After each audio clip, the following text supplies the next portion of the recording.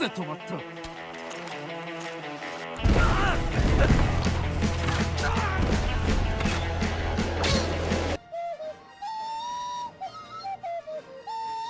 integrity of her memories is solid.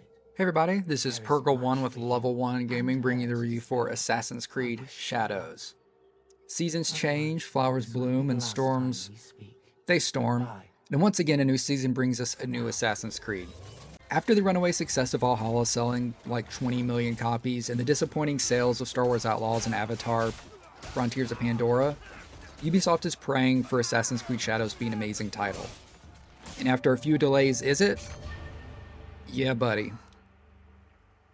Assassin's Creed Shadows is, in my opinion, the best outing for the AC franchise when it comes to almost every aspect, especially in the gameplay category. Shadows is by far the best outing yet. Gameplay is smooth and stylish, it's also pretty brutal. Quest design is so much improved, the open world is so much more engaging, and all the previous rough edges from most of the Assassin's Creed games are gone. This is a game that I could have easily spent 100 hours in if I wasn't trying to finish this review on time. And honestly, I would have spent 100 hours in this easily, and I'll go back and spend 100 hours in it so I can do everything else that there is in the game. For reference though, I am somebody who has played every Assassin's Creed game. I was there when the first one released, so I consider myself a hardcore fan of the franchise, so when I say that Assassin's Creed Shadows is one of the best AC games, I don't say that very lightly. And as a longtime fan of the franchise, I'm happy to say that the story here is pretty good. At least the story inside the Animus. In previous Assassin's Creed games, it would be fairly normal for, a decently important conversation to be relegated to stiff dialogue sequences where two characters just talk back and forth awkwardly. In Shadows, they mostly do away with that. That still exists, of course, but in Shadows, fully fleshed out cutscenes with interesting dialogue are much more frequent. And like I said, the back and forth dialogue does exist for some smaller quests, but overall, you see a whole lot more cutscenes in this game than any other Assassin's Creed game, and they're so well acted, and they're so much fun to look at and watch. But plot-wise, and compared to previous AC games, Shadows starts with a bang, and that bang continues for a couple hours.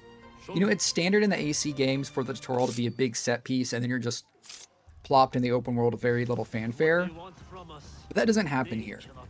So the story is told in a much more interesting way. It more or less starts in the middle of the action, and as you go further in the story, you investigate the past events leading up to the beginning of the game as you get further in the story. Yasuke and Naoe come from very different worlds, with Naoe growing up in a small village with their father, training in the ways of the sword and the traditions that her village carries. And Yasuke being enslaved by the Jesuit missionaries brought to Japan as sort of a bodyguard. And as the Japanese lord takes notice of Yasuke, he frees him and enlists him as one of his samurai. And Yasuke genuinely is such an amazing choice as a main character because he's a character in history that we do still know very little about, but he's shrouded in so much mystery that it makes a great choice for this game. So I'm glad that we can see his story develop over the course of this game. And both characters start here on opposing sides, with Yasuke at the very beginning honestly killing the villagers from the village Naoe is defending. And after Naoe's village burns to the ground, he sets on a quest of revenge to discover the conspirators who caused her suffering. Along the way, she meets up with Yasuke, and they join forces as they both create their own band of merry adventurers, assassins, wink wink. If you played Odyssey or Valhalla, you'll be pretty familiar with the way that the story will unfold here. You're given a list of targets, and the overall story is comprised of hunting down these conspirators one by one. Typically, this involves heading to a new area, getting a lay of the land, and becoming involved in a series of missions that eventually leads you discovering the conspirator that resides in that specific area. Compared to Valhalla and Odyssey, though, I honestly found these conspirator missions, whatever you would call them, to be honestly just as engrossing as the overall plot, to some points that I forgot why I was there in the first place and began to think that what I was doing in that sector of the world was what I was doing in the first place. And this is great because compared to Valhalla specifically, I look back at my time with Valhalla, which I did enjoy that game, but I don't think I could remember a single story mission that involved you seeking out another person in a part of the world. And I know that for here, there's quite a few of these quests that I will remember for a long time. And again, like I said, while I found the in-game story to be highly engrossing, I sadly can't say the same for the meta story, the meta narrative, or the story, I guess, outside the animus. I won't spoil it at all, but I think it's fair to say the focus in Shadows is on the story of Yasuke and Naoe, with not really furthering the meta narrative in a way that I would have liked, but I know I'm in the minority there with caring for that plot line. And as you go through the plot, you really do start to see how different the gameplay styles that you're presented with between Naoe and Yasuke. And with Naoe, the world is your parkour oyster. You see somewhere, cool, there's 50 different ways to get there. Yasuke is more like playing like Arthur Morgan from Red Dead 2. You know, he's big and tanky, and yeah, you can slam through walls, but he can't really climb buildings or get to many of the sink spots. And once you get far enough into the story, you can switch between Yasuke and Naoe at pretty much any point. And a really, really neat, cool trick that Shadows pulls is that you can encounter whichever player you're not controlling at specific cutscenes or dialogues. So let's say you find a random side quest in the world, and you talk to that guy, and in one specific scenario you leave that conversation as Yasuke, Naoe pops up, and he's like, yo, were you eavesdropping on me? And she was like, well, of course, what do you think I do? And that's just really neat, because in a lot of games I feel like you would be, if you stuck as Yasuke or if you stuck as Naoe, you wouldn't see the other character for most of the game. And there are moments during missions especially where you can choose which character does what, or switch to that character because of an upcoming section. To give you one specific example, one mission has you invade a castle. And for the first section, I chose to play as Yasuke because I knew that the first bit of it was going to be fighting a lot of people. So I played as him to cut down everybody who stood in my way, because he's a lot better at, just brawler type combat. So once I fought my way past all those guys and got into the castle, I'm treated to a cutscene, and at the end of it, the cutscene zooms back to show Yasuke standing there with a sword, and then it's so amazing. Naoe is perched above him on a roof, like Batman, just watching, knowing that she can help him if she wants to, and knowing that the next section was climbing up a tower to assassinate a target, I chose to switch back to Naoe because her gameplay style is more focused on that. This is amazing game design, and genuinely makes each character feel unique and integral to the plot in their own way. Because coming into the game, you already have your preconceived notions of the, role that you usually play in these games. Are you somebody who usually plays as the warrior in an RPG? Do you usually play as the rogue or the thief? So coming to the game, I was like, oh, well, I guess I'm just going to be playing as Naoe the whole time, because I usually don't like playing as the tank or your brawler type person. But the main success of this game is that it makes both of them feel important, and both of them are so much fun to play. So like I said, Yasuke is the tank warrior of the game. He can break through doors and feature skills that are much more suited for aggressive approaches. So if you're someone who prefers to just bash down the door and kill everybody without sneaking, then Yasuke is for you. His attacks are slower, but they deal much more damage. He himself can also take much more damage. Heck, Yasuke can even really parkour. He's unable to climb the massive towers, and when he does, when he climbs like a wall, he like struggles over it. Pretty much he can parkour as well as I could in real life. And the funniest thing is his stealth assassinations. He just walks up behind a guy and like yells, hey, look at me, and then just shoves them through the sword and stabs them brutally as they turn around. Literally called brutal assassinations. In addition, Yasuke doesn't get eagle vision like Naoe does, and I also recommend doing a leap of faith with him or an eagle dive with him. It's pretty fun, and you get an achievement for doing so. Meanwhile, Naoe controls much more like you'd expect the assassins to control. Specifically kind of like the way they did in Unity, the Ezio Trilogy, and Mirage. She's an agile parkour specialist, able to make use of many tools to get the upper hand on enemies. In a massive fight though, she is much more vulnerable. Think of playing like, Elden Ring or Sekiro, but playing as a character that just has max dexterity.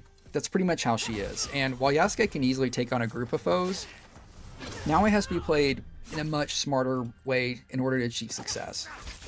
And also, she is a pretty cool new addition to the game. She's got a grappling hook, so she's much more nimble than previous assassins. And no, this isn't like a Batman grappling hook you just fly from the rooftops. She's really only able to use this to swing to new areas or throw above her so she can climb to the area above. And Honestly, just think of it kind of like a rope that can stick into things. That's pretty much what it is. And if anything else, you get a great sense of speed when playing as Naoe.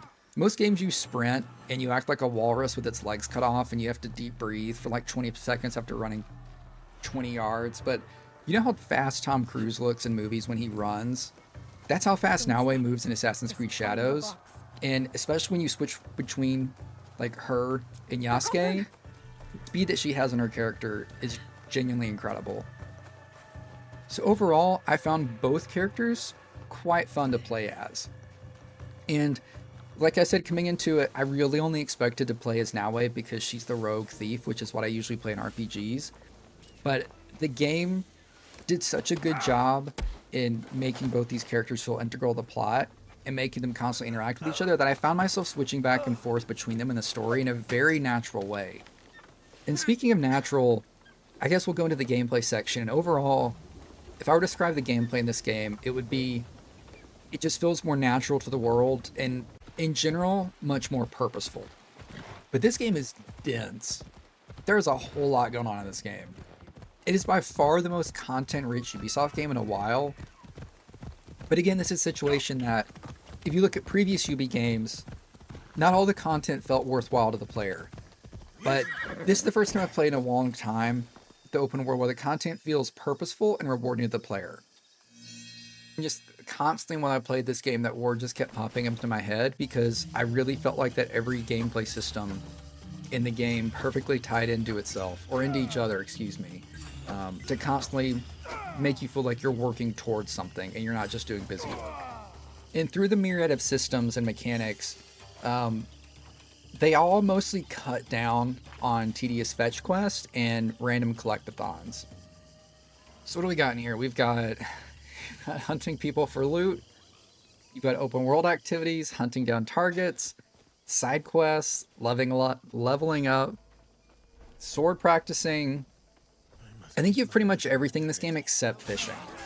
And who knows, maybe they'll add fishing DLC in the future. And earlier I mentioned that I could have easily spent 100 hours here, and I most definitely will. And the difference here is that, kind of like Star Wars Outlaws, if you solely want to focus on story while doing a decent chunk of side quest, I still think you'd get through the game in 30 to 40 hours. But even if you do a large chunk of the amazing side content, you'll easily double that. Previously, and personally, I didn't feel the Assassin's Creed games always respected your time in that manner. And I think while trying to do a chunk of side content while completing the story in Assassin's Creed Valhalla took me like 80 hours. And most of that time I look back on it and I felt like I was just doing busy work and not all of it was engaging. That's not the case in Shadows. Shadows respects the player's time, and even more than that, it manages to fill its world with purposeful gameplay that hardly ever feels like filler. And that leads us into the overall open world discussion. And as soon as you get in the open world, you'll notice that it feels much more alive compared to previous Assassin's Creed games. Like literally the first time you get out in the world and drive somewhere, ride, whatever you do with a horse, you'll pass some skirmishes on the road. You'll notice there's wildlife, there's birds, there's all sorts of stuff happening.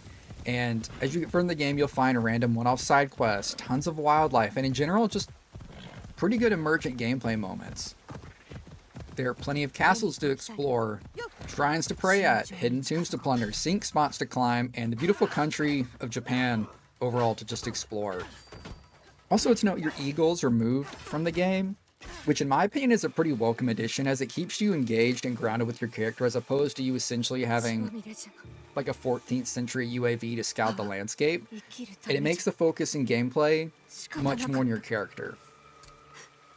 But to go into detail in the open world, so as you move through the countryside, you'll encounter villages and towns and shrines.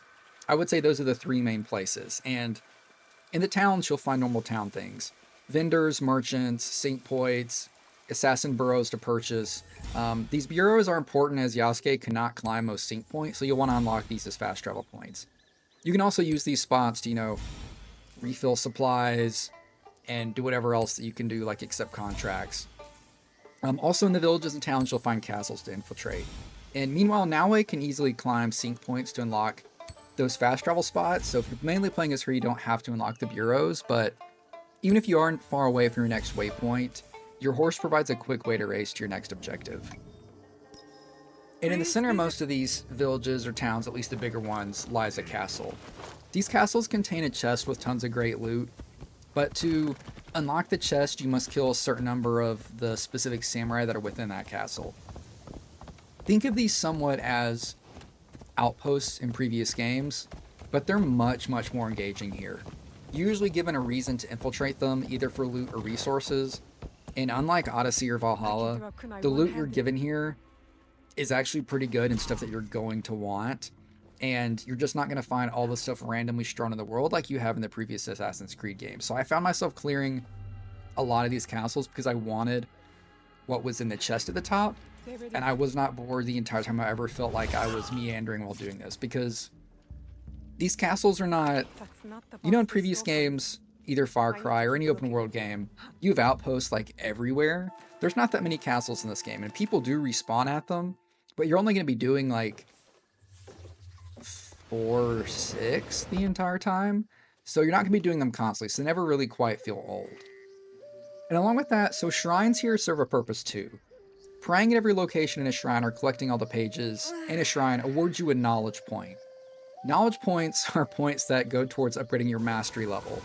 So if you have 4 points to get to your next mastery level, you pass a shrine on the road, pray at the 4 shrines, and you get to the next mastery level, which unlocks a whole new level of skill moves to purchase with your skill points. And you get skill points from leveling up.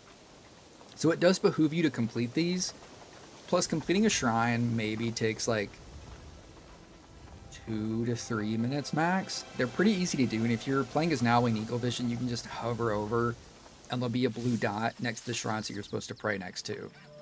And this goes back to what I said about purposeful gameplay, that in previous games, there would be a, collectathon of said thing, but you wouldn't really get a reward for doing anything besides XP. And here, they've boiled it down to, yeah, you still have this tiny collect thing, but it's just in this tiny little area. Doing it immediately gives you something that you're going to want, and it makes you feel rewarded for it. And just overall, the open world is constantly evolving, and it's just so good to see all these systems tie into each other. And I guess another final system that we haven't talked about yet is how much the open world changes. And Assassin's Creed Shadows introduces real-life seasons to the game. So you've got summer, fall, spring, winter, and I swear there's a dreaded it's always raining season in there. And as you complete missions, move through the world, or fast travel, time will count down or count up to the next season. Gameplay-wise, there's never like a timer or objective tied to a season, so you're not going to see something like meet, this dude during the winter. That doesn't really exist. And overall, it seems that the seasons are just more towards keeping, they're just a neat way to keep the open world feel alive and engaging. Some of the seasons do provide some gameplay help, such as overcast weather and storms can muffle the sounds you make, like rain can help with that too. But overall, seasons are a small, but I don't want to say small because they're such a big deal of it, but they're such a fantastic addition to the game. And they're really the unsung heroes of keeping the open world feeling new. Because even if you've walked past this one spot in your hideout already like 30 times, as the seasons change, you're always going to feel like you're looking at something different, because it's going to look different every time the seasons change. I don't really know how to transition this effectively, but combat here is greatly improved. To the point that if you go back to previous combat in other games, it just feels awkward. Combat here is no longer just slam or spam your abilities as soon as they recharge 24/7. Yes, you have abilities here again, but the combat is much more engaging and skill-based. Think almost like Souls-like combat. Parrying, dodging, and in addition, Naoe and Yasuke are able to both use a myriad of weapons. Naoe has a katana, tanto, which is basically a dagger, and my favorite, I'm from the south, I can't pronounce this, the kusarigama. It's kind of like a sickle with a metal spike ball attached to it, but on a long chain. It's hard to describe, but it's a ton of fun to use. And Naoe receives, overall, more weapons that are focused on fighting one enemy at a time. So this is the one thing that you can use to attack multiple enemies around you. In addition to that, she also receives more stealth-focused tools like the shuriken, kunai, and smoke bombs. Meanwhile, Yasuke can wield a long katana, naginata, which is a polearm. I probably destroyed that pronunciation as well. He can wield a bow, a teppo, which is a rifle, and a spiky baseball bat thing called a kanobo. Personally with him, I stuck with a katana and the polearm weapon, as the bow and the rifle always felt a little too cumbersome for me to use during combat, and just always seemed more effective to use melee weapons. And I really sucked with the kanobo because it's a big heavy weapon capable of dealing tons of damage, but is extremely slow. And as I said earlier, I hardly play games as the warrior brawler because I suck at that. So moving slow weapons don't compute in my brain. But each of these weapons also has a range of abilities to unlock with your skill points. Skill points are earned when leveling up and are separate from knowledge points. These abilities can include moves such as Yasuke spearing an enemy and running down the wall with a polearm, or Naoe throwing her tanto into an enemy then sprinting up to and pulling it out of them for extra damage. Besides that, both our heroes here have their own personal abilities. Yasuke, for example, can do a battle cry to stun enemies, or Naoe can do some kicks to trip nearby enemies so she can stab them on the ground. And to make the combat again feel different than previous games, skills here go on decently long cooldowns. Well, it's not long, but it's just enough, which encourages you to not spam the same ability over and over like previous Assassin's Creed games. There was a specific ability in Odyssey that I remember that I literally only got through the entire game using. You can't really do that here. And I guess overall, Assassin's Creed Shadows is generally much harder than previous entries in the franchise. No matter your level of armor, you usually pretty much die in a few hits, especially as Naoe. Yasuke is a little more tankier, but it's easy to die very quickly without even realizing that you're almost already dead. And for the first time in this franchise, maybe except since like Unity, I found myself having to actually go slow and think about the combat encounters, like the way you would in a Souls-like. Sure, you can fight your random grunts that don't really pose a threat, but as you got further into different areas, even fighting just 2 enemies as Naoe can pose a huge threat to her. Or even just one if it's the right type of enemy. And that's such a breath of fresh air in this franchise where the combat never really felt like it was a huge thing to me. For a ninja these days. But what has always been huge in this game, or these games, is the movement. It's in the past somewhat been an acquired taste. Even if you learn it and have been good at it, I would say like I had been, because I've been playing this game since I was like 10, it always had its odd moments of, why did you make me jump off that ledge in a random way? I'm trying to climb this wall, why do I keep back flipping off of it? Just some type of random clunkiness right there. And I'm so happy to say that that's fixed here. I think I had that happen once in my entire playthrough, and then I realized it was because I tapped A twice, and that caused you to jump backwards.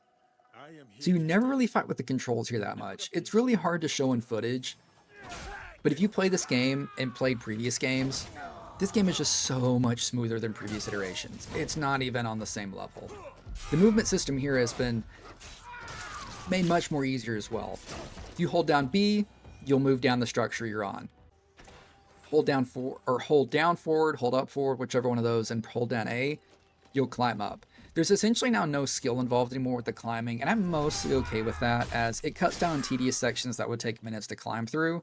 And furthermore than that, if you're climbing down a building just holding B, it's always pretty fun to watch Naoe do like a backflip off of it and land and assassinate a guy. And all that you had to do that was just hold down B, then hit RB to assassinate the person.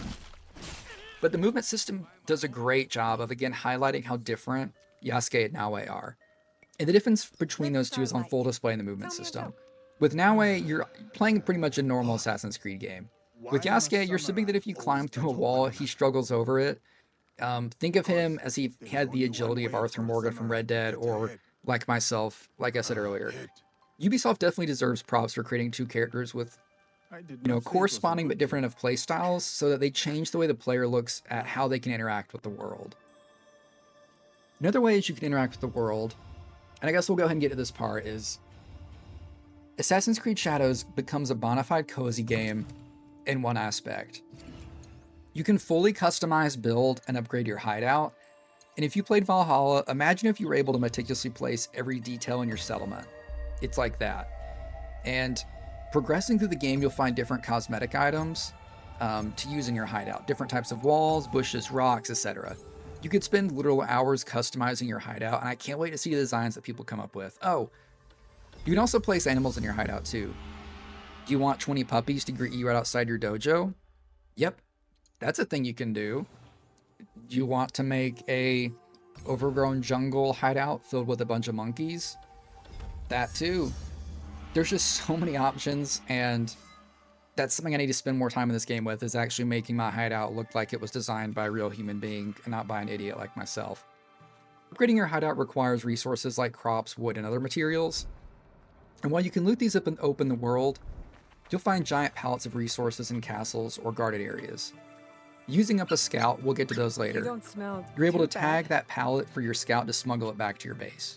But you lose the scout for the rest of the season in the process. In addition to everything else at your hideout, you can use this spot to forge armor, weapons, train your allies, and you can obtain other perks by upgrading the buildings here, such as upgrading the scout limit. Scouts are also useful because they can, well, scout areas. If you're familiar with the past few Ubisoft games, you're aware of their unguided or guided exploration modes. In unguided, you're only given hints or clues as to where an objective might be, such as X character usually waits by a cart outside Kyoto Castle. Meanwhile, guided exploration is like any other game. The game simply provides a waypoint for you to easily navigate to. I personally play an unguided mode because I find it more immersive, and I know the mode has been finicky in the past, but it is much more improved here thanks to the use of scouts. You can use the scouts to reveal spots on the map. Basically guesses to where you think the target would be, and if you're correct, the exact location of the objective is instantly revealed to you. I would genuinely advocate playing an unguided mode, as it lends an extra bit, of gameplay layer to how the scout system works. In either mode, however, you can activate a waypoint marker that attaches itself to the ground like Dead Space to show the way, which is an awesome and much more immersive way of using a guiding waypoint. And as you move through the game, you'll encounter specific NPCs that can join you at your hideout. And all of these honestly could be missed if you didn't play the game the right way. One of them I genuinely just happened upon, it ended up being somebody that could join you later. Recruiting these individuals is usually a matter of completing their quest line, but once recruited, you're able to call on these allies during combat or stealth to help you dispatch enemies or distract them. For example, one specifically helpful ally is that whenever they come in, if you call them on a specific guy, they're able to shatter the armor of that specific enemy when they're called in, which makes some combat encounters much more useful. You got others that, pick up and tackle people, throw to the ground, so you can do a ground attack, and so on and so forth. The allies are a small addition to the game, and at some points, I genuinely forgot they were there, but as you get further in the game and combat gets harder and harder and harder, you really discover that these are an integral part of success for the game, and I'm glad that they added an addition of them to them here, and I would like to see it expanded in future titles. So we'll transition into graphics. Assassin's Creed Shadows is the best looking open world game I've ever played. Yes, I said that about Avatar, then Star Wars Outlaws, but Ubisoft keeps outdoing itself. The open world here is just on another level. Every single step you take is an amazing screenshot, another beautiful landscape to bask in the beauty of. You're treated with constant vistas or beautiful cities and harbors littering the world. From the forest to the beaches, Shadows is a genuine looker. And it manages to push graphical fidelity in an open world game in a way that I have not seen before. It's that impressive. I genuinely cannot describe to you how good this open world is. And a big part of that is how Ubisoft definitely upgraded the lighting engine for Shadows. For the first time in an AC game, at least that I can remember, you're able to properly use stealth because of light and dark, and how they play a role in how visible you are. You can break lights by throwing knives at them, you can extinguish lamps to provide a stealthier approach for yourself. It's such a great addition, it really makes the stealth feel much more engaging than every single Assassin's Creed game prior to this. Stealth actually feels fun and challenging again. It makes it feel like you're playing, a ninja Splinter Cell game. The trade-off here is that guards now notice you if you're in broad daylight, like a normal human would. Hey, but that's a trade-off that I will happily take. And speaking of all the guards, all the characters in this game look good as well. I never encountered a single graphical bug, low texture, noticeable pop-in during my playtime, and I played on an Xbox Series X on quality mode, so that's the 4K mode with the 30 frames per second max. And genuinely, I do not think my frame rate ever dropped below 30, or maybe like 27 or 28. The performance in this game, the experience that I had with it, is astounding, and Ubisoft deserves props for that. Another aspect that they deserve props in is the sound. Shadows, again, has by far some of the best and most immersive sound of any prior Ubisoft game I've ever played, or honestly any other game that I've played recently. The sound layering here is unreal. Standing in one spot, you're able to hear a creek nearby. The wind rustling through the bamboo trees may be off in the distance. A deer crying over the next ravine. A muffled gunshot from behind you that then reverberates throughout the world. And then maybe there's a guy traveling on a horse 50 yards ahead or behind you. You can hear exactly which direction he's coming from. The sound is that good. Honestly, there were moments in the game that I would just stand in one spot and zone out, because the world of Assassin's Creed Shadows is very calming in that way. I mean, if you're a person that likes ASMR, you're going to get some good use out of this game. It'll help you sleep at night for sure, in a good way.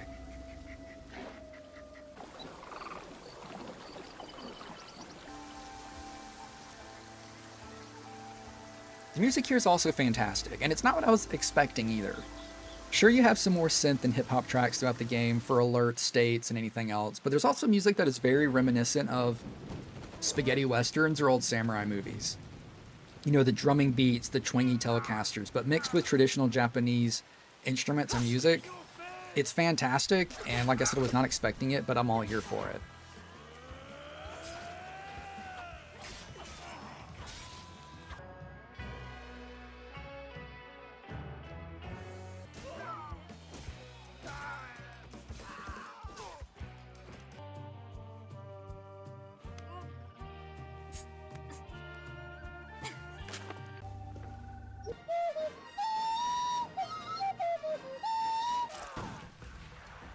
And voice acting in Shadows is mostly stellar as well. There are odd, awkward deliveries from random NPCs like in a normal game, but I hardly notice them here. Yasuke and Naoe are voiced incredibly well, whether you're playing in Japanese or English. Shadows also features an immersive mode for language, meaning it essentially switches to whatever is the actual language being spoken at that time. So for example, when Yasuke arrives to the Portuguese priests, they're speaking Portuguese. But then that transitions to Japanese as they go to meet the people that they're meeting with, and for a cutscene a few moments later. It's a neat touch. So whether you're playing in English or Japanese, the game always sounds good, and I find myself switching between both of them. So to sum up everything, I could not recommend Assassin's Creed Shadows enough. Looking back on my time, I honestly don't think I have a single critique outside a few quirks of the story, mainly wishing it focused on more on the meta narrative, but I know I'm in the minority there. Besides that, maybe a couple times I called my horse and it didn't come to me, or would glitch out. But this is already going to be addressed and fixed in day one patch, and that only happened like 2 times. So let's look at this game from 2 perspectives. If you're a diehard Assassin's Creed fan like I am, or a fan of Ubisoft open worlds in general, or have played maybe 1 or 2 Assassin's Creed games, I don't know why you're still listening to this or watching. Go out and buy the game. But if this is your first Assassin's Creed game that you're thinking of buying because you like ninjas, or you think it's a cool setting in Japan, then Shadows is still definitely one to hop in and try, in my opinion. It's filled with tons of great gameplay and engaging content. You will not be disappointed. In addition, story-wise, newcomers will easily be able to hop in to Shadows as well. And honestly, I didn't expect to get to the end of writing my review and realizing that Shadows fixes all the previous meh moments and qualms that I had with the franchise. And it boils everything down to the best there is. And yeah, Shadows really revolutionizes the gameplay of the Assassin's Creed franchise, or is the natural evolution of it, I guess, but to its best spot. And this is further elevated by just a stunning open world filled with jaw-dropping views and some of the best audio design I've heard in a game recently. Shadows is 100% worth your time and money, and it's the defining next-gen experience and the standard to which we should hold all open world games. Now, if you'll excuse me, I have more Assassin's Creed Shadows to play. And thank you to Ubisoft for the review code. Again, I'm Perga1 with Level 1 Gaming. Like, subscribe, and if you're still watching at this point, 30 some odd minutes later, appreciate you. Let us know in the comments, and we'll see you next time. Bye.